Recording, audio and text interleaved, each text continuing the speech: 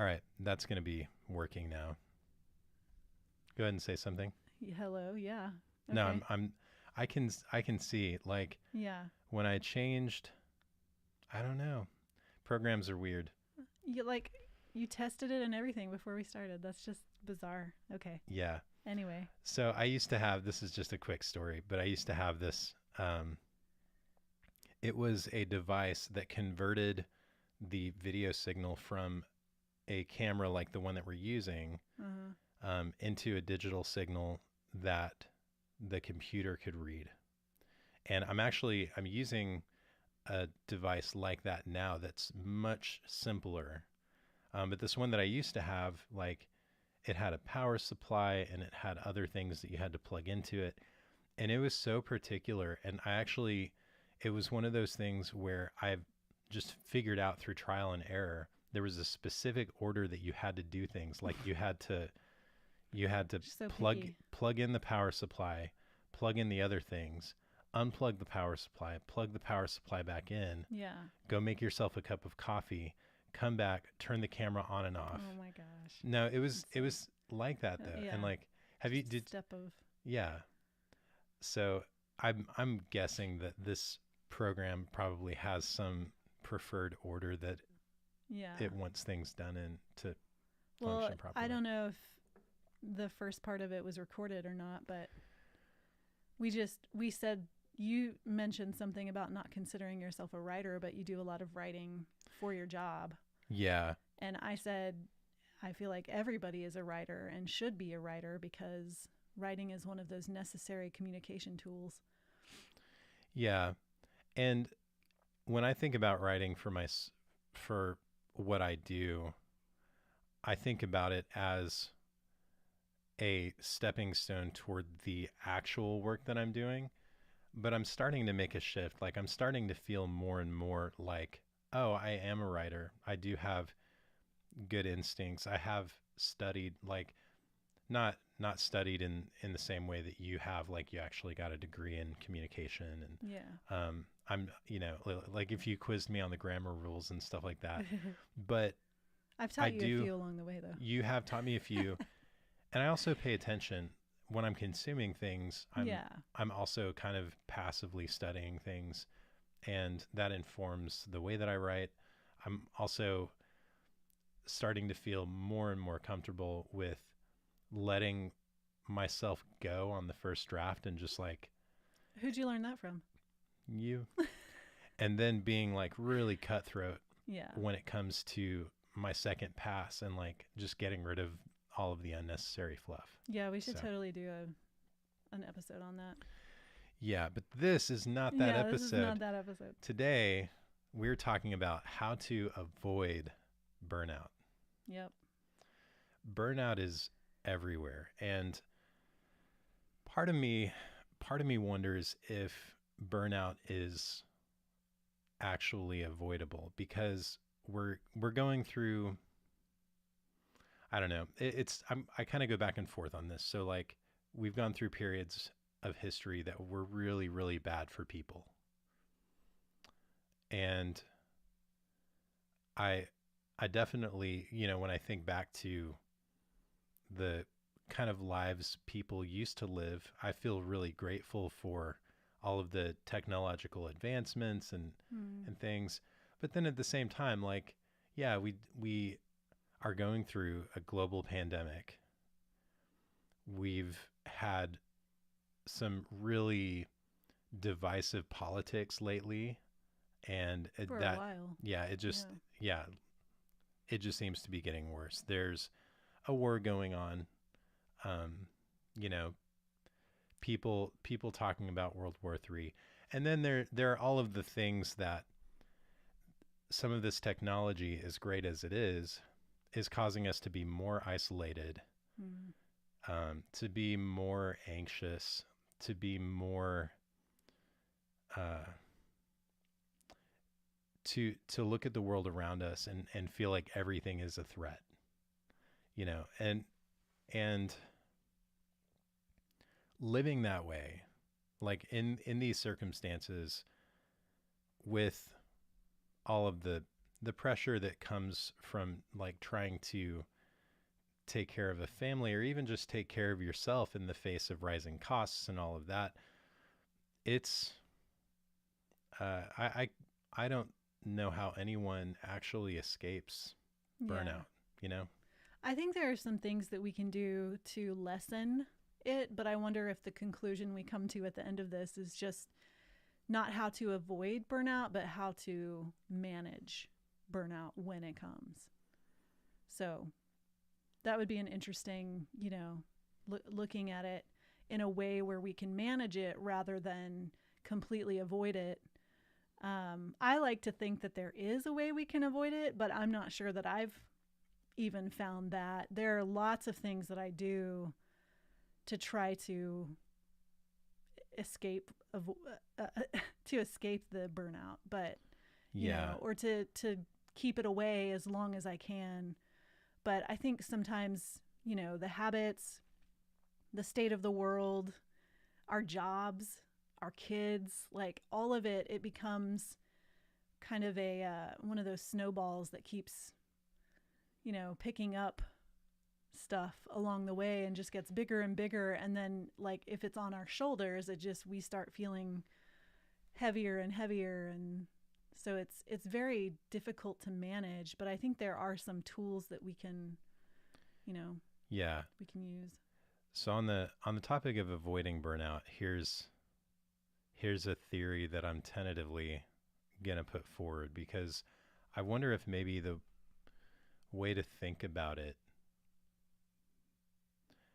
and it's, I don't know, I don't want this to be us trying to define or describe what burnout is. I think everybody kind of has their own picture, but the theory I would put forward is maybe burnout is kind of like emotions in a way. And what I mean by that is, we think of emotions on a couple of different spectrums, and one of the spectrums we think of is negative and positive emotions. And when we think of negative emotions, we might think of things like anger or sadness, and traditionally we've kind of been taught, oh, you want to avoid those. And what we're really starting to understand about emotions is that even the negative emotions, especially the negative emotions, are really, really useful. If viewed in the right way and used in the right way. Yeah. And expressed, in a way that's safe and not destructive. But sadness, for example, is connected to our instinct to reach out to other people. And it protects us from the loneliness of going through something by ourselves that's really difficult. Not for everybody, but for some people. It's supposed to. Yeah. And so rather than, and what ends up happening if you try to avoid an emotion or you try to suppress an emotion is it doesn't actually go away. It just gets trapped. It gets stuck in your body in some ways. It gets bigger. And a healthier way to think about emotions is that they're like waves. They come, they have this swell, and then they eventually fade. And letting yourself feel those things and not trying to fight against them is actually the healthiest way through those emotions. Yeah. And it's also kind of an encouraging way to think about emotions. I've found myself a lot lately when I'm feeling really frustrated. It's so weird, but like I had this day last week where I just felt angry at everyone. I just felt so irritated. And then I was frustrated with myself because I was like, this isn't me. I'm not this person who just like walks around feeling irritated about everything, but like every little thing was getting to me. And at some point, I just had to stop myself and say, this, you're feeling this, and it will eventually pass. You know, this is going to pass. And so, anyways, that was the long way of saying, I wonder if burnout is something that, because it's so hard to calculate, and certainly, like, you know, habits and practices can keep burnout at bay for a certain amount of time, but I feel like the work of trying to figure out, like, okay, what are all the things I need to do so that I never experience burnout?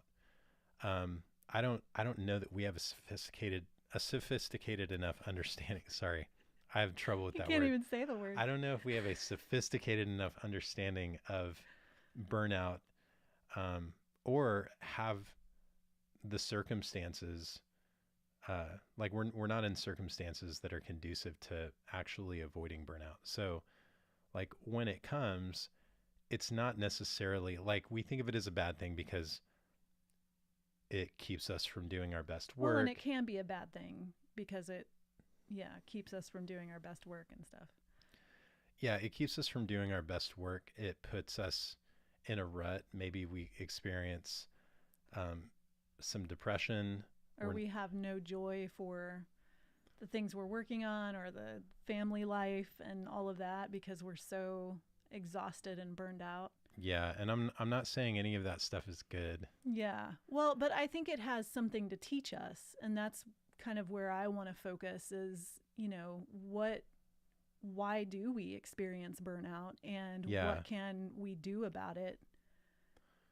It's so it's something that's happening inside of our bodies, and I think the instinct to listen to that and ask, okay, why am I shutting down now?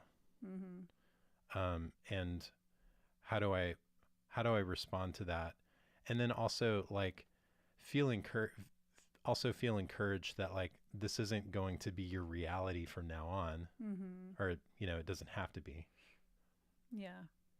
I mean, one of the things that burnout tells me pretty consistently is that I'm overextended on multiple levels. So it could be work, it could be relationships, it could be all of the family things here at home. And so what it pushes me to do is either say no to some of those things or ask for additional help or ask for clarification, ask people, like when I'm feeling burned out on marketing, ask people to help me brainstorm ways that I can do it, that I don't overextend myself and I'm not pounding away at this thing that's doing nothing. So those are some of the things that I feel like we can do with burnout and, help it stay away a little longer in the future, because we learn how to say no to things, and I'm very, very meticulous about our schedule. And if I see things, too many things creeping up in a weekend or in the school year or whatever, I have no problem saying, I'm sorry, kid, we can't do this because our schedule is overloaded, because that's not good for us and it's not good for them, So I was about to ask, because I really wanted to pull on that thread a little bit more, because you said what it's saying to you is that you said yes to too many things. And so I was going to ask, what are the things that, like, when you experience burnout or you feel like you're approaching burnout, like, what are the things that it's saying to you? But I also wonder if, like, that really is the main thing, is it's almost like everything else about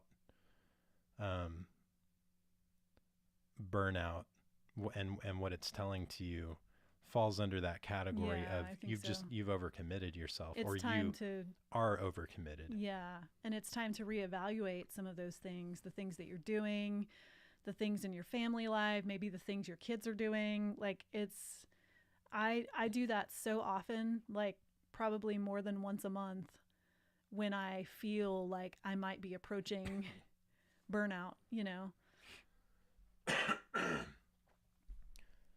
because Sorry. it's, I do think that burnout falls under the umbrella of you're just overcommitted, and you're either at work or, in any of the lives that you lead, there's just an overcommitment. Or, I mean, I know that we live in a world too where lots is put on us, and we, the cycle of news and all of that. Mm-hmm. Some of the burnout just means that we're consuming the wrong things maybe, and we need to step away from some of that. Yeah, because you're talking about different kinds of energy. There's the physical energy, or maybe energy is the wrong word. You're talking about different resources.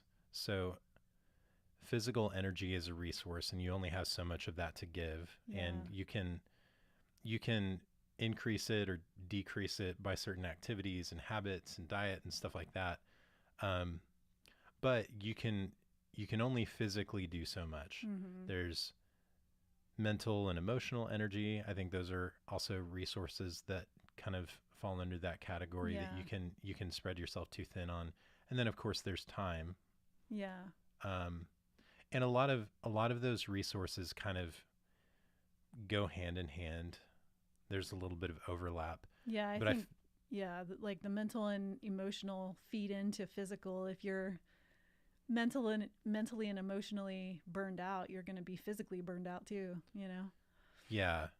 So when you're talking about being overextended, you could think about it based on, like, you could categorize things based on the different resources. So when you're talking about the media you're consuming, so maybe every morning you pull up your news app and you look at the headlines. Or you read the newspaper. Like a physical newspaper? We still subscribe. And then you, depending on, how your brain responds to those headlines, you might carry that with you throughout your day. And that's just one brick, in the pile. Maybe, somebody, one of your kids remembered at the last minute that they, needed something for school. A huge project that is due today. So this actually happened recently, where, and it's just a common thing. Like it's almost like clockwork. The night before, but one of our kids actually said a week in advance, which was very unusual. Hey, I need to go to the store to get these things. I don't remember that. He told you, not me. I don't remember that. But then I think it was like the day before he brought it up again, and I was like, oh, okay. Well, if we don't have to go to the store, because that takes a long time, like it just, in all of the things that we need to do, well, it's time. Like there's no margin for just like extra trips to the store. Yeah. And so I was like, maybe we can find some stuff around the house. And he was like, okay. And I thought that was it. Like I had looked for stuff. But he didn't communicate to me that he was worried that, because it was supposed to be, like based on the project description, he's very much like a rule, by the books, rule follower. And so it was like the next morning, in the moments before he needed to leave to go catch the bus, he was really upset. And so like, and you had to step away from what you were doing and like help him find some stuff so that he could, and that checks like 3 different boxes. And it can put you in this like state of mind for the rest of your day where it's like Mm-hmm. you're rushing to try to do Yeah. this stuff, and You're then like behind. you never quite get out of that mentality, Mm-hmm. that kind of harried feeling of trying to get stuff done. Yeah.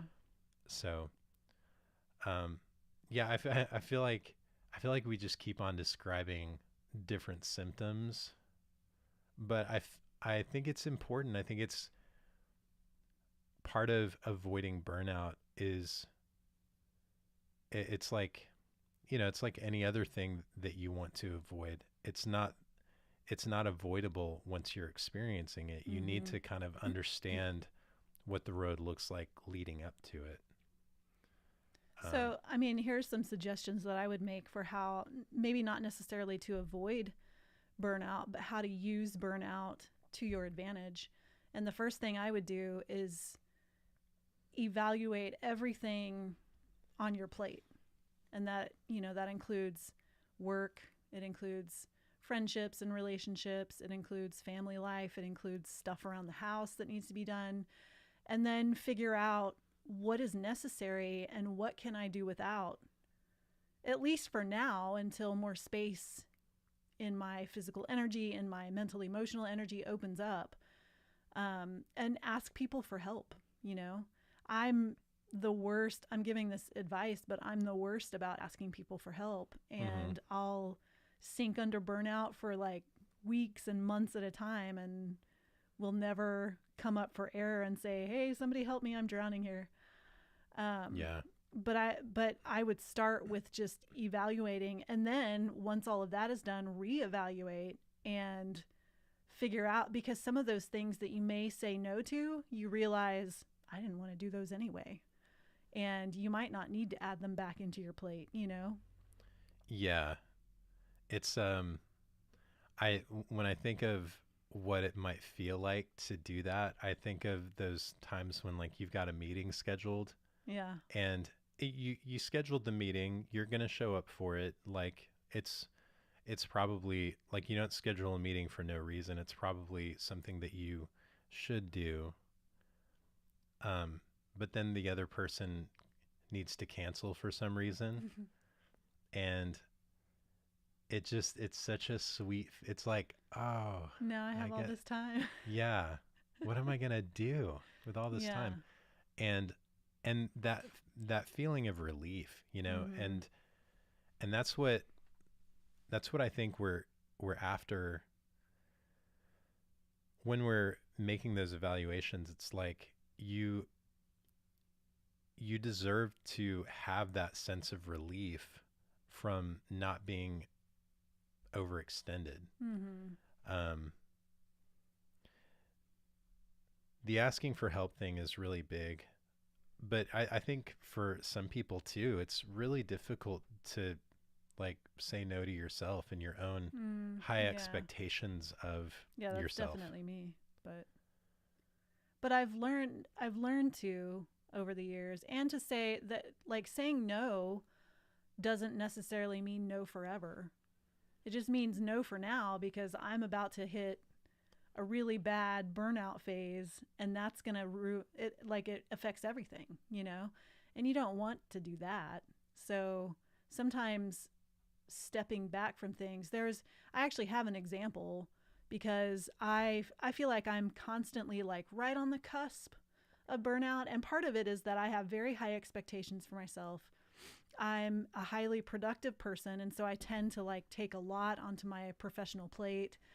And I was working on, at any given time, I'm working on two or three, sometimes up to like six stories a day, um, like book length stories. I mean, and so I found myself in this place where I'm collaborating with another author, and I was I could feel like the that urgency for getting my chapter done, but I had like five other projects on my plate that week, and finally I was like, I can't do all of this because it's not going to be my best work, and I'm feeling stressed. And so I put down like three of them and put them away for a couple of weeks even though they were right in the middle of those projects, so that I could focus on the ones that needed focusing on, you know? Yeah. And I actually wrote out a list where I was like, project priorities, to where, like, if something else came in, like I had a deadline that I needed to meet or something, I could drop everything and just have a couple of projects and then pick everything back up in the slower times, you know? But there was a week where I had to get a second manuscript in. I had to get last pass pages, which is like the last time you get to read a book that's publishing. I had to get that in, and then I had to do a chapter for this other author, and I was like, there's no way that I can do all of this at the same time, you know? At the same time, I'm working on all these other things. So I think having the ability to evaluate our work and prioritize things when we feel like we're reaching that place is really important. That's still, I agree with you. And it still in some ways sounds like high functioning burnout almost. Well, I don't do anything without high functioning. So Yeah. my depression is not the kind where I sit in bed or I lie in bed. I mean, you know, people do what they have to do. And I think I have major depressive disorder, and mine is like activity. Like I do activity. I'm not I get angry. That's what my major. Yeah. So we've identified asking for help, and I would kind of make a part of that. Sometimes it's asking for other people's resources, but sometimes it's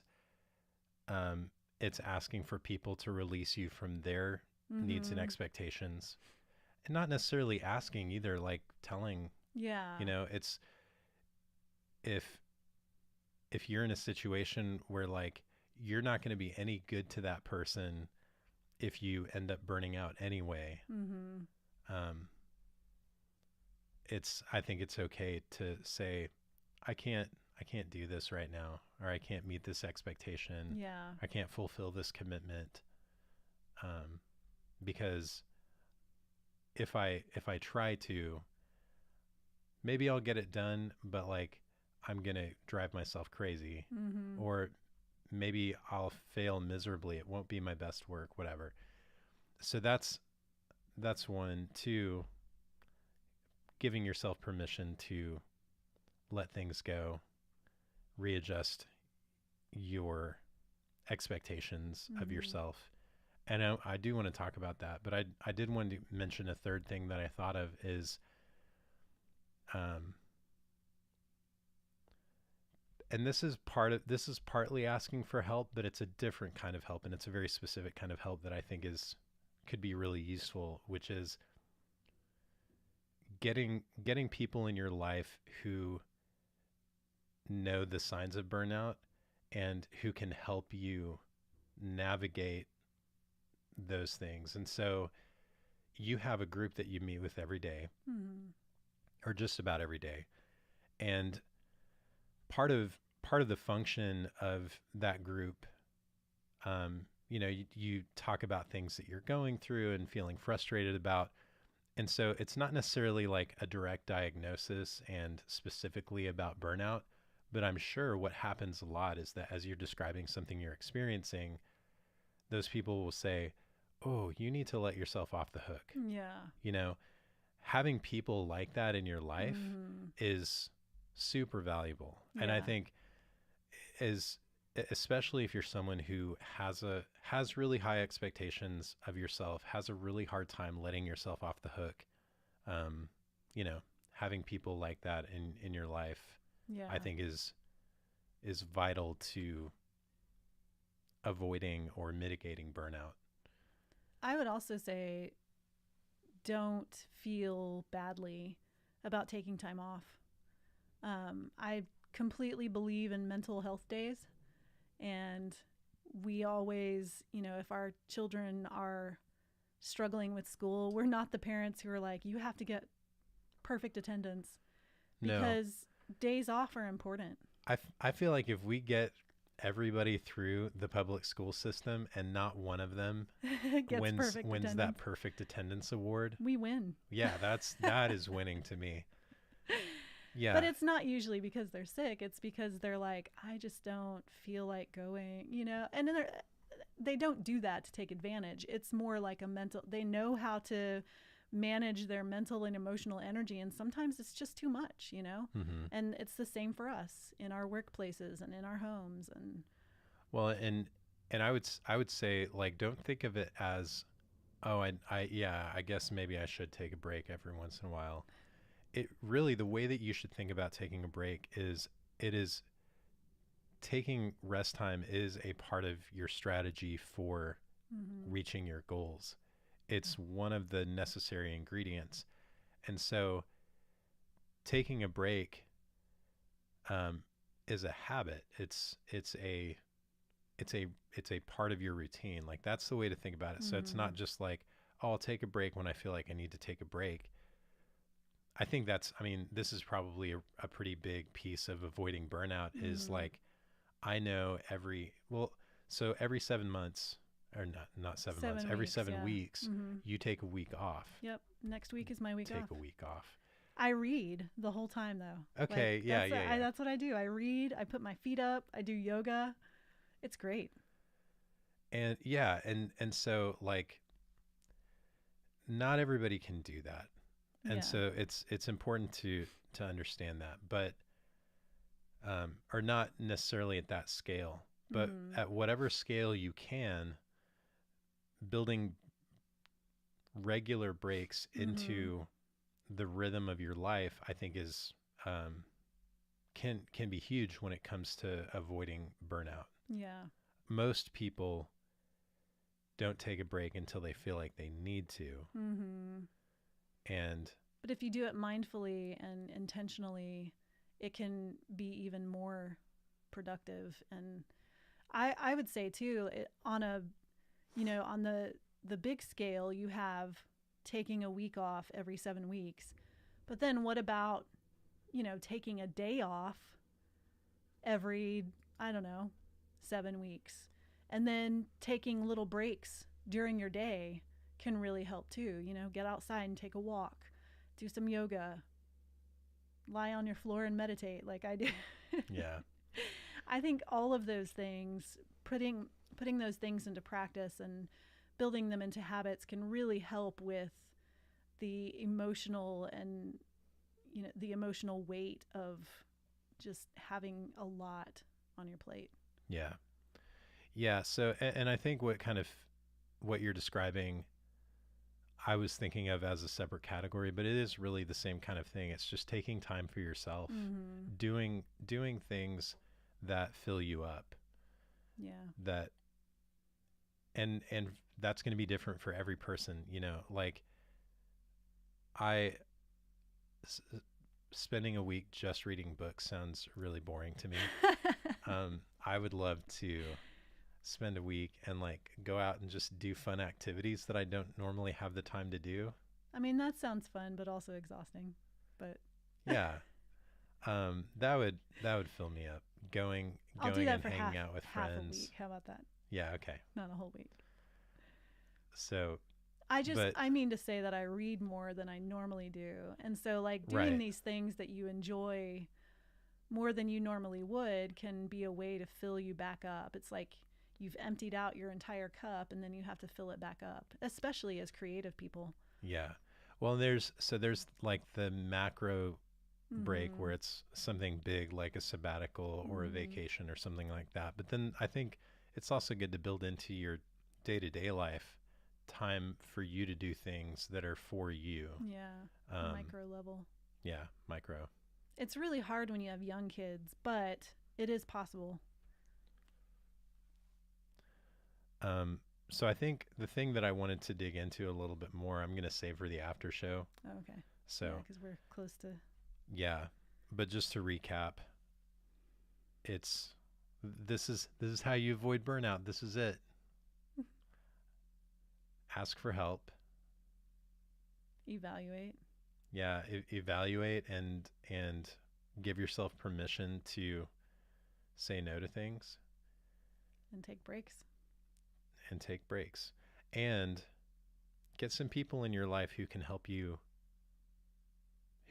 say no, and who can help you ask for help. Mm-hmm. Is that all of them? So. All right. Well, that's going to do it for this episode. It's good. First one back for season 2. Yeah. If you want to help out this show, you can go to intheboatpodcast.com and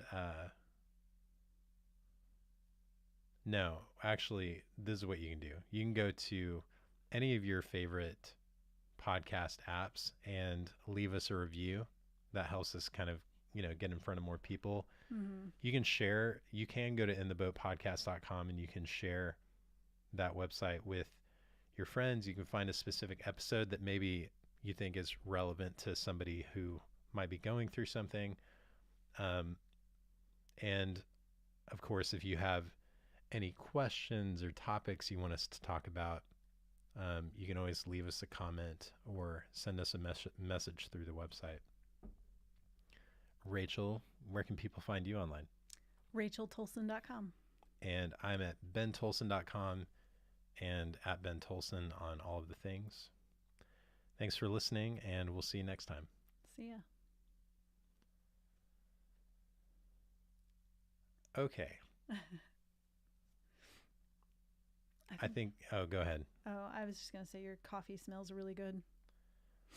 It does. It tastes really good too. I like it. But I was just kind of sipping on it here and there, but it's still like more than halfway full, and now it's kind of lukewarm. Mm-hmm. I don't like coffee anyway. I just like the way that one smells. Now you have to tell them what it is, though.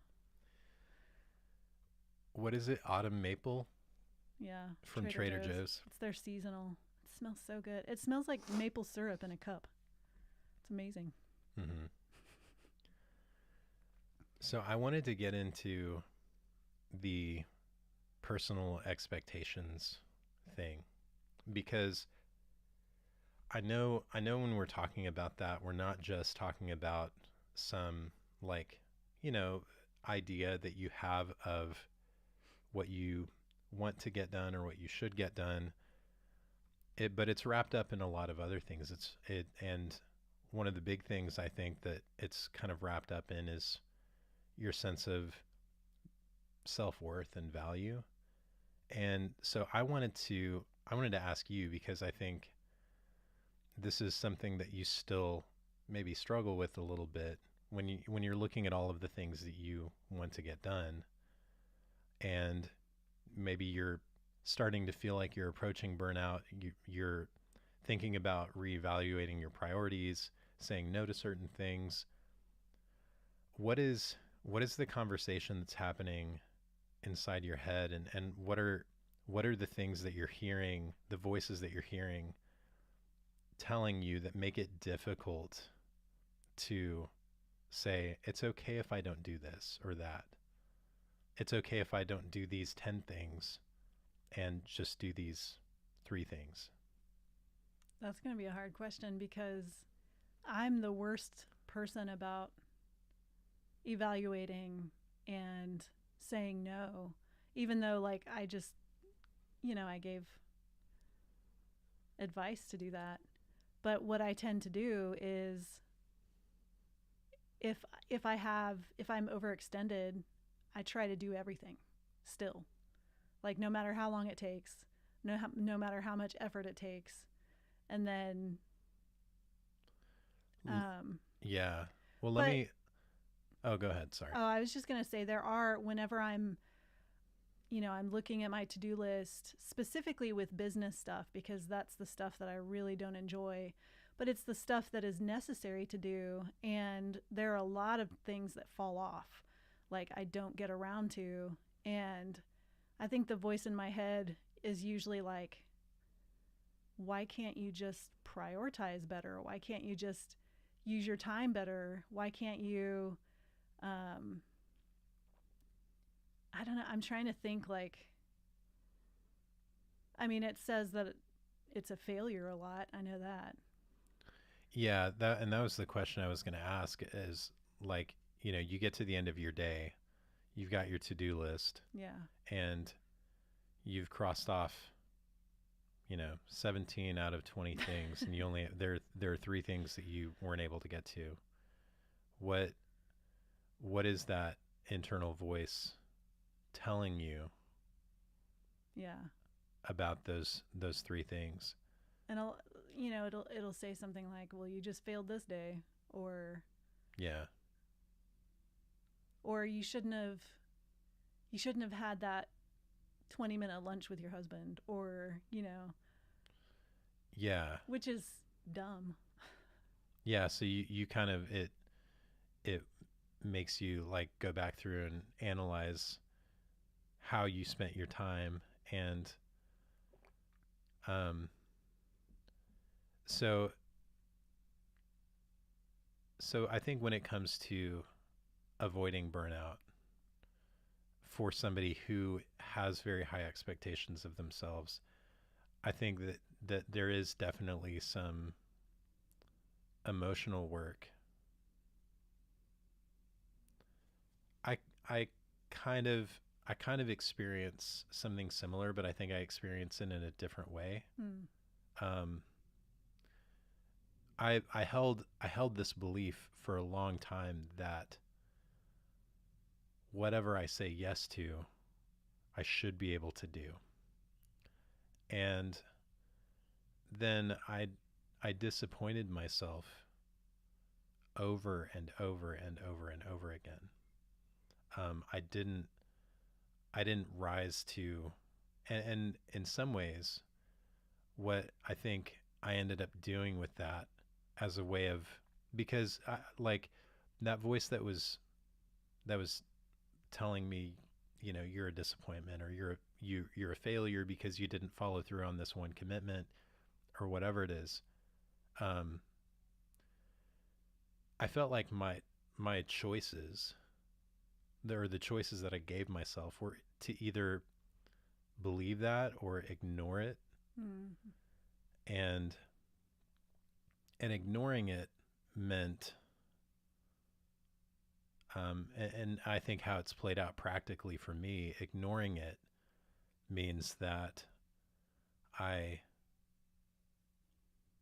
I can't get rid of this inclination I have to say yes to things. I'm just too, like, I get really excited about Yeah, stuff, I do. especially in the beginning. Hmm. Um, but then, like, I just almost immediately I start ignoring anything that sounds like it's disappointment or, expectation. And that ends up getting me into trouble. Like, one, at the very beginning, I ignore that voice when it's telling me, "Hey, this is going to be too much for you," Yeah. because, and I think I don't listen to that because I'm afraid it's actually going to sting like that voice of disappointment. You know what I mean? Hmm.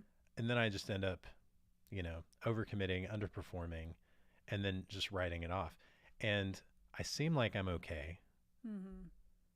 but I'm carrying a lot of that inside. And I think a third better option is to confront that voice and to say, and ask the question, like, is that really true? Hmm. You know? Um, so like you've believed it, and you've tried, and you continue trying to rise. Sorry. This is the good stuff though. You continue trying to rise to that so that you can avoid the pain of the lie that voice is telling you. I ignore it. Um, but we should confront it. There's work to be done. And I think that when it comes to those expectations, and whether or not we say yes or no to things, whether or not we overextend ourselves in the first place, doing the work of learning how to confront that voice and call it out for what it is, um, I think that is also work that needs to be done in order to get ourselves to a healthier place and more capable of avoiding burnout. And that's why I'm in therapy. So as many of these episodes end up, the message is go to therapy. But I wanted to diagnose that and talk about it. I don't know if I'm, absolutely right. This is just my perception of what might be going on, but I really think like neither one of those things is particularly healthy, right? Mm-hmm. So, and yeah, so I think it's good to talk about that and call that out for somebody else who might be on one or the other side of that same struggle. Mm-hmm. So, sorry, I didn't mean to make you cry. I didn't do it during the main episode though. Yeah, So at least there's that. yeah. All right. Any thoughts you want to add to that, or? I don't think so. All right. Well, thanks for listening. Sorry, it got a little emotional there, but that's just how we do. All right. We will see you next time. See ya.